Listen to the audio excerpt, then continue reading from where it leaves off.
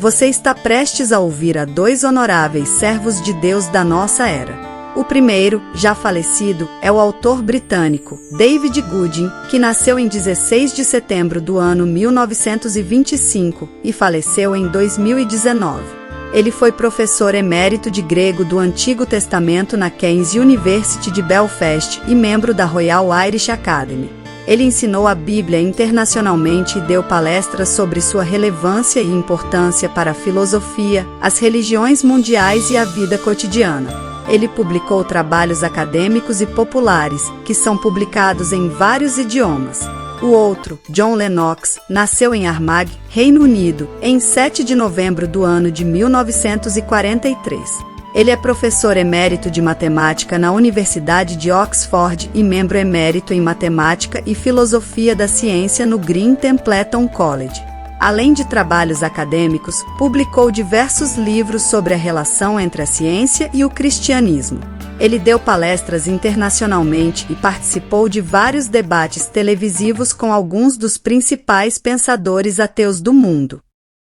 Ninguém pode se considerar realmente educado sem alguma intimidade com a Bíblia, que exerceu e ainda exerce uma enorme influência sobre o pensamento mundial.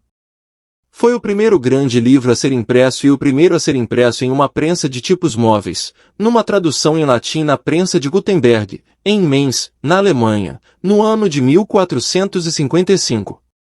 Nenhum outro livro foi lido por mais pessoas ou publicado em um número maior de idiomas do que a Bíblia. Ao realizarmos sua leitura, podemos nos deparar com palavras e com conceitos que, embora sejam de algum modo familiares, não somos capazes de compreender de imediato, posto que estão presentes ali como termos técnicos. Isso não deveria diminuir nosso interesse, e sim, ao contrário, aumentá-lo. De fato, no mundo moderno, mais cedo ou mais tarde, todos nós teremos de aprender o significado de termos técnicos em uma ou mais áreas do conhecimento, e é na compreensão desses termos técnicos que está o verdadeiro interesse. Um jovem que sonha em se tornar um bom cozinheiro deve aprender a diferença entre assar, grelhar, fritar, escaldar e ferver e por que se deve usar um determinado processo com certos tipos de comida e outro processo com outros. Alguém que queira se tornar um mecânico precisa saber o que é um pistão, um carburador e um cilindro. Ele precisa saber também a diferença entre um motor a gasolina e um motor a diesel, assim como para o que servem marchas, aceleradores e embreagens. E todos nós que queremos, ou temos de, aprender a usar um computador por qualquer que seja a razão nos deparemos com uma vasta gama de termos técnicos que devemos dominar. Como em qualquer outro campo, é o confronto com os termos técnicos presentes na Bíblia que nos conduz não só a uma profunda compreensão desses termos, mas também a uma habilidade refinada de transmitir seus significados para os alunos em nossas aulas, abrindo-lhes, desse modo, uma janela para um mundo completamente novo. Então, nessa série de artigos, iremos estudar esses termos técnicos, e nessa introdução, resumiremos brevemente o campo que iremos cobrir. Não há ponto de partida mais lógico do que começarmos com Deus, e como um dos termos mais importantes que descrevem Deus é santo, devemos começar por aí. Entretanto, logo no início, poderemos encontrar uma objeção. Eu não acredito em Deus, diz alguém, então, não estou interessado em santidade, seja lá o que isso significa. Eu vivo minha vida sem reconhecer qualquer Deus. Bem, essas são declarações muito interessantes. As duas primeiras certamente são muito críveis, mas a terceira, de forma alguma, pode ser tomada como verdadeira. O peso da experiência humana ao longo dos séculos de história depõe contra ela. É claro que, no final, tudo depende de que significado se empreste à palavra Deus. Ao longo do tempo, multidões de pessoas decidiram como Nietzsche que Deus está morto e, então, resolveram banir de suas mentes toda a crença no único e verdadeiro Deus. Eles, até certo ponto, obtiveram sucesso, mas não sem um preço, pois, tão logo haviam concretizado isso, eles descobriram ser praticamente impossível viver intelectual e emocionalmente em um mundo sem Deus. Deliberada ou inconscientemente, eles preencheram o vazio deixado pela expulsão do único e verdadeiro Deus com todo tipo de Deus substituto. Mesmo o ateu mais ardente não pode deixar de considerar que poderes trouxeram o universo e ele à existência e que poderes irão, ocasionalmente, destruir ambos. Ele pode até não chamar esses poderes de deuses, mas poderia, pois esses são poderes que, em última instância, exercem controle sobre ele e não ele sobre eles. Um ateísta rejeita a ideia de um criador pessoal e conclui que matérias e forças cegas, impessoais e inconscientes são responsáveis tanto por sua existência quanto pela existência do universo. Desse modo, ele destrói, a um só tempo, toda a esperança de que haja algum propósito por trás de sua existência. Mas, logo em seguida, ele descobre que não é possível existir sem um propósito pelo qual viver, sem algo maior no qual acreditar, sem valores supremos para honrar e sem nenhuma causa a qual se devotar, caso necessário, pela qual se sacrificar.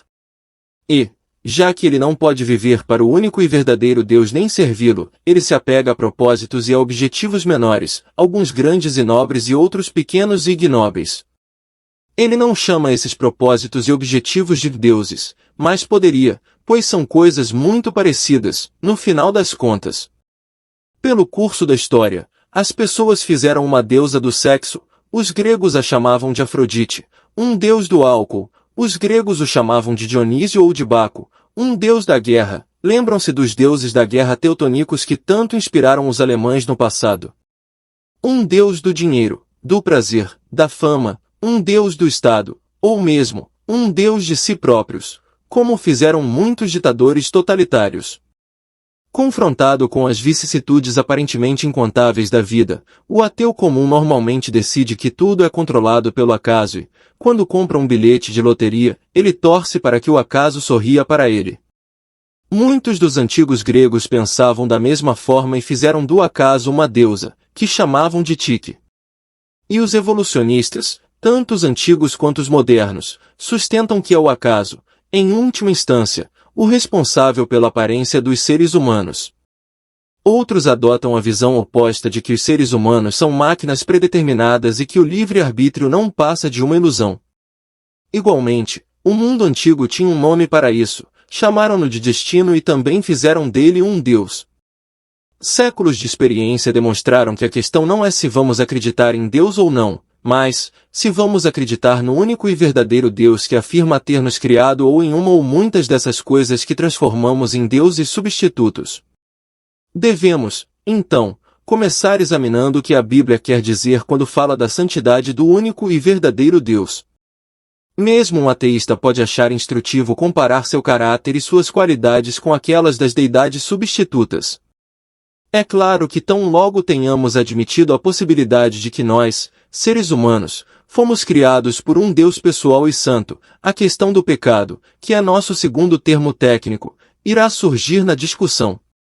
Pois bem, toda pessoa mentalmente saudável é contrária ao crime e tem a forte convicção de que devemos lidar com ele de forma justa e firme, daí os presídios e as instituições psiquiátricas. Mas os criminosos não são mais do que uma pequena parcela da população total. Muito mais significativo é o fato de que qualquer indivíduo é, em um grau menor ou maior e em um momento ou outro, moralmente falho. Não há uma única pessoa em toda a face da Terra que seja moralmente perfeita. Criminosos certamente causam muitos problemas e sofrimentos, mas o indivíduo médio sofre muito mais com o egoísmo, com o mau humor e com a falta de razão que tornam até a convivência com o seu melhor amigo difícil e complicada, com a infidelidade, a maldade, a crueldade mental e a violência física que desmantelam uma família, levam ao divórcio e traumatizam as crianças. E é uma lição clara da história que, em muitos países e ao longo dos séculos, o povo sofreu muito mais em razão das falsas promessas dos políticos, das falsas filosofias e da opressão das classes governantes do que em razão dos atos dos criminosos que esses governantes jogaram na prisão. Como foi, então, que todos nós, sem nenhuma exceção, somos moralmente falhos e limitados? Devemos resumir e simplificar tudo à nossa genética, dizer que não temos como evitar, afastar para longe toda a responsabilidade e fazer de nós mesmos meras máquinas. Uma coisa é certa, a menos que possamos chegar a um diagnóstico adequado e verdadeiro do que está errado em nossa moralidade, não poderemos ter qualquer esperança realista de melhorar, e menos ainda de se curar. Devemos, portanto, examinar o diagnóstico bíblico do que está errado com o homem. Pecado é o termo mais amplo utilizado para nomear tanto a causa principal da doença quanto as suas diversas ramificações. Mas o termo pecado inclui também vários elementos que a Bíblia denomina através de termos especiais, assim como sintomas por eles causados, que também possuem vários nomes. Nós iremos, então, estudar tanto a causa principal quanto seus sintomas, para que assim possamos estar em posição de julgar quão realista é o esquema que a Bíblia propõe para lidar com eles. O termo bíblico para esse esquema é, claro, salvação. Mas esse é um termo que irá demandar uma atenção detalhada e cuidadosa, já que não é, de modo algum, exagerado afirmar que a ideia popular do que o Novo Testamento quer dizer por salvação é, em pontos importantes, o exato oposto do seu real significado. A concepção popular reduz o conceito de salvação a uma exortação para que vivamos uma vida moral e decente, melhorando nossos hábitos diariamente, guiados por uma esperança vacilante de irmos para o céu, acompanhada de um terrível temor de acabarmos no inferno. O problema com essa ideia é que para muitas pessoas ela parece correta. Para você ir para o céu, elas argumentam, é óbvio que você tem de ser bom. Se você não for bom, você obviamente não irá para o céu. E essa ideia está tão enraizada em suas mentes que elas nem ao menos sentem a necessidade de ler o Novo Testamento para descobrir o que ele diz. Elas simplesmente presumem que ele dirá o que elas esperam que ele diga. Mas o fato é que o Novo Testamento ensina o exato oposto dessa concepção popular. O termo salvação não é apenas outro nome para um código moral que é necessário observar para sermos aceitos por Deus e para garantir um lugar no céu. Salvação significa exatamente o que a palavra diz. É tão simples quanto pode ser. É uma operação de resgate que Deus efetua para salvar aqueles que nunca poderiam se salvar por conta própria, não importa quanto tentem. Não é um conselho sobre como fazer boas obras em número suficiente para se qualificar para o céu. O Novo Testamento aberta e repetidamente declara que a salvação não é por obras, é um presente de Deus para aqueles que nunca poderiam pagar por ele, ou mesmo, merecê-lo. Isso está relacionado com as palavras que o Novo Testamento usa, e que devemos examinar mais tarde, para descrever os inúmeros elementos que compõem a salvação. Expiação é uma delas e denota o preço que Deus já pagou, e não o que nós temos de pagar, com a finalidade de nos libertar da escravidão moral e espiritual e nos tornar livres. Justificação é outra. E também é fruto da graça de Deus e não das nossas obras ou méritos. E o seu efeito é o de nos acertar com Deus e nos colocar em paz com Ele aqui e agora. Portanto, longe de ter de viver sua vida se questionando se irá ou não ser aceita por Deus após sua morte, uma pessoa justificada pode viver sua vida com a alegre certeza de que ela já foi aceita por Deus. E o termo reconciliação, que nós também iremos examinar, irá enfatizar isso. O que Cristo fez tem o efeito de uma completa reconciliação entre Deus e o homem, para que aqui e agora, nessa vida, possamos ser levados à paz e à comunhão com Deus. Isso nos coloca, aqui e agora, em posse e gozo da vida eterna, posto que, ao contrário do que diz a crença popular, vida eterna não é uma vida em que as pessoas entram apenas após a morte. É uma vida em que nós podemos entrar e desfrutar aqui nesse mundo, e devemos entrar nela agora ou jamais entraremos nela no mundo que está por vir. Mas muitas pessoas, quando ouvem pela primeira vez alguém explicar a doutrina da salvação presente no Novo Testamento dessa forma, sentem que essa explicação está obviamente errada, se não absurdamente distorcida. Em primeiro lugar, eles dizem, se a salvação não é uma recompensa para as boas obras, mas simplesmente um presente dado às pessoas independentemente de terem elas feito coisas boas ou mais, e sim apenas por terem crido. Toda tentativa nesta de autoaperfeiçoamento acaba por ser minada. Na verdade, eles argumentam, se uma pessoa pudesse ter certeza absoluta de que já está salva por fé e não por obras, isso significaria que ela poderia viver o resto de sua vida de um modo moralmente responsável e ainda assim ser salva no final, o que moralmente não faz qualquer sentido. É evidente que essas objeções têm alguma força superficial, mas elas se fundamentam em um equívoco que é dissipado assim que abrimos o Novo Testamento e examinamos o que ele realmente diz. Não há nenhum livro em todo o mundo que insista na santidade mais do que o Novo Testamento. Nosso estudo sobre santidade irá, portanto, destinar-se a descobrir o que o Novo Testamento quer dizer quando recorre a esse termo, o que é considerada a única motivação aceitável para a santidade, que é também um dos motivos pelo qual se sustenta que a salvação deve ser um dom e não uma recompensa pela santidade, e quais poderes são oferecidos para as pessoas a fim de que uma vida de bondade genuína se torne uma possibilidade real. Esse poder, afirma o Novo Testamento, está disponível com duas condições, das quais a primeira é o arrependimento. O significado desse termo pode parecer óbvio. Nós iremos descobrir, porém, que, no Novo Testamento, esse termo possui um significado infinitamente mais radical do que ele possui no dia a dia. A segunda condição é a fé. Mas esse, segundo o pensamento de muitas pessoas, é o ponto fatalmente fraco do cristianismo. A religião, eles dizem, depende totalmente da fé, enquanto a ciência lida com fatos. A ciência, portanto, tem uma base sólida. Ela pode ser colocada à prova. Mas o cristianismo não pode ser provado e, por isso, não tem nenhuma base digna de crédito. O que essas pessoas esquecem é que a própria ciência depende grandemente da fé e que muitas das teorias e interpretações do universo correntes estão fundamentadas não em fatos comprovados, mas em pressuposições filosóficas dos cientistas. Elas esquecem também que todo relacionamento pessoal depende, em última instância, da fé. E como o Deus bíblico é um ente pessoal e não uma força impessoal, nosso relacionamento com ele deve necessária e corretamente se basear na fé. A verdadeira questão é a seguinte: o que o Novo Testamento quer dizer com fé?